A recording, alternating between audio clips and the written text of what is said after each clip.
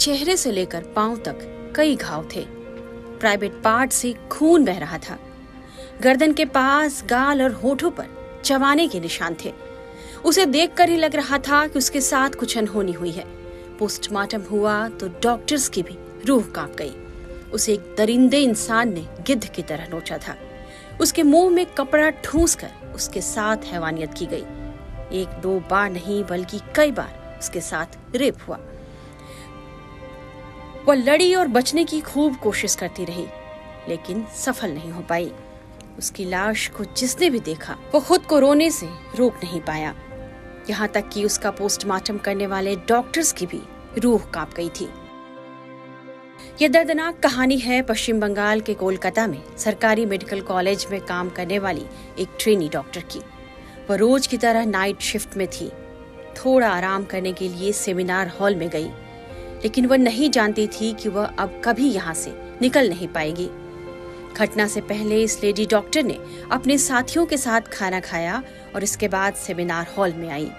Reports के मुताबिक यही संजय रॉय उसके पीछे चला आया और इस वारदात को अंजाम दिया। पोस्टमार्टम रिपोर्ट में कहा जा रहा है कि पीड़िता के साथ रेप नहीं बल्कि गैंग रेप हुआ था। अभी तक कोलकाता पुलिस की जांच में एक आरोपी संजय रॉय को ही पकड़ा गया है, जबकि पोस्टमार्टम रिपोर्ट गैंग रेप की तस्दीक कर रहे हैं। यहाँ तक कि आरोपी की सास का भी कहना है कि यह काम संजय अकेले नहीं कर सकता। टाइम्स नाउ नवभारत से बातचीत में संजय रॉय की सास का आरोप है कि रेप और मर्डर का काम अकेले उसने नहीं किया। संजय रॉय की सास ने अपने दामाद पर क्या क्या आरोप लगाए हैं, आइए आपको वो पूरी बातचीत सुनाते हैं। आपके जो दामाद थे उनके बारे में आप क्या कहना चाहते हैं? उनका नाम इस घिनौनी जुर्म में सामने आया है। तो ऐसा गलत हुआ है तब तो फिर भी मेरा वो दामाद लगता है। अब क्या हम बोले आपको, ऐसी लड़का ठीक था। वो साल भर से पीने खाने में उतरने के बाद ऐसा मते वो कर लिया, मुझे मालूम नहीं था। क्या देखकर आपने अपनी बेटी का हाथ थामा था? नौकरी करता था, बोला नौकरी कर रहा। हम बोला जाने दो, दे दे, नौकरी कर रहा। गरीब आदमी है, कमाते हैं तो खाते हैं। क्या नौकरी करते थे? पुलिस का। वाकई में वो पुलिस में काम करता? अरे बाद में क्या पता चला जब पुलिस में कर रहा। अभी भी मुझे पता नहीं ये पुलिस में कर रहा कि अभी भी जानते ये पुलिस में कर रहा। कैसा संबंध था आपकी बेटी के साथ? बेटी के संग ठीक संबंध था। उसका बाद जब पी का मार धार किया, बच्चा बच्चा खराब है, उसका बाद से कुछ ऐसा ही नहीं है। मार धार करता था? मारा था, एक रोज मारा था, फिर हम लोग पुलिस केस किया, उसका बाद कुछ और नहीं। क्या पुलिस ने कोई एक्शन नहीं लिया? नहीं। पुलिस ने क्या कहा? पुलिस ने कागज लिख कर दिया कोर्ट का, बस बोला जाओ, जब कुछ ऐसा होगा तो फिर आएगा। अच्छा, तो क्या लगता है कि अगर उसे उस समय पुलिस उनके खिलाफ सख्त कार्रवाई करता तो शायद आज ये नौबत नहीं आता? नहीं होता। पुलिस का नौकरी करता था। हम बोलता था तुमको खाने पीने का देता है कि नहीं? बोला मम्मी सब मिलता है। जब समय में जो दी खाना पीना सब मिलता है तो फिर और क्या बोले।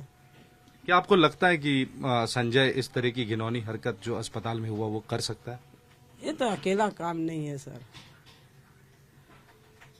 ये अकेला उसका बस का बात नहीं है। फंसाया गया लगता है? हाँ, फंसाया गया ये उसके साथ कोई और? अब ये हम कैसे बोले, हम जब देखे नहीं तो कहाँ से बोलेंगे हम। और मेरा उसका कोई रिश्ता नहीं है। बेटी मारा उस दिन, जो बेटी का माठी है उसका बाद से कोई रिश्ता नहीं है। ना मेरा घर में आना जाना करता, ना कुछ नहीं, ना माँ ना बहन भाई कोई नहीं। क्या आप चाहते हैं कि अगर वो दोषी है तो उसके खिलाफ सख्त कार्रवाई हो? का कुछ नहीं, हम क्या बोलें, जब मेरा यहाँ कोई रिश्ता नहीं तो मेरा कुछ बात नहीं। ट्रेनी डॉक्टर से हुए रेप और हत्या का मामला अब तूल पकड़ चुका है और पूरा देश इस घटना पर गुस्से में है।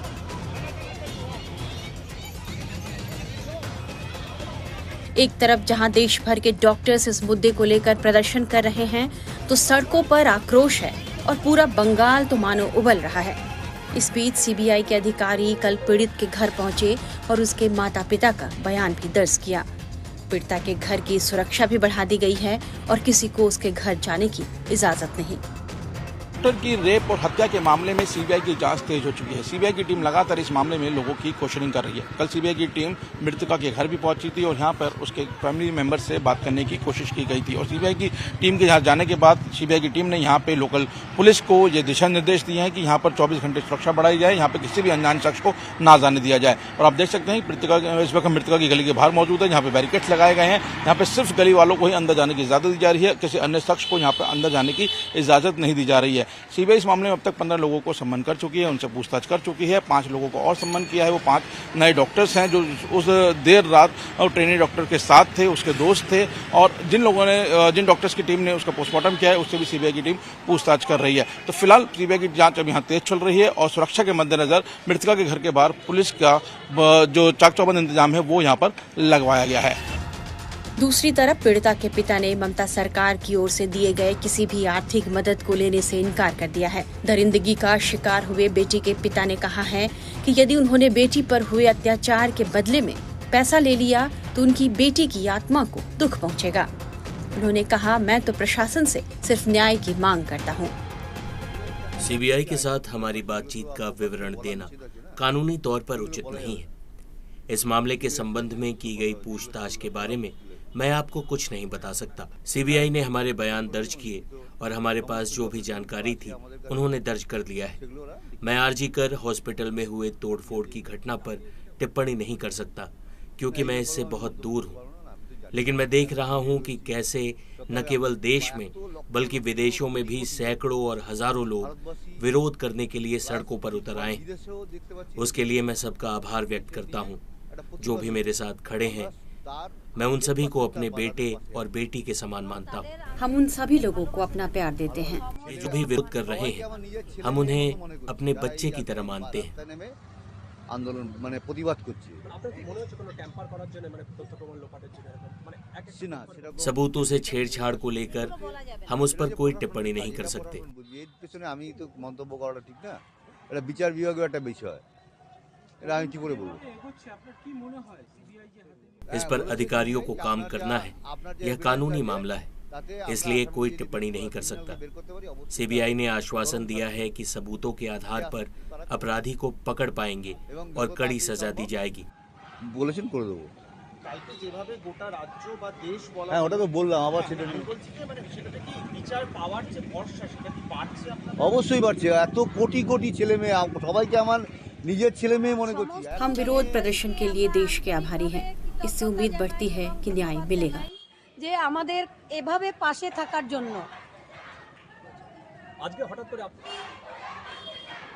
আপনি যদি কিছু মনে না করেন, হঠাৎ করে আজকে একটা পক্ষ হলো যে মুখ্যমন্ত্রীর তরফ থেকে একটা আর্থিক ক্ষতিপূরণের একটা ব্যবস্থা করা হচ্ছে, এরকম একটা খবর। बदले में पैसे लेंगे तो हमारी बेटी बहुत दुखी होगी। हम न्याय चाहते हैं। বিনিময়ে যদি আমরা টাকা নেই, আমার মেয়েটা খুবই দুঃখ পাবে। সেটা তো আপনাকে আমি বলেছি, যদি কোনো বিচার পাই অবশ্যই গিয়ে আমরা বলেছি নবান্নকে নিয়ে আসবো।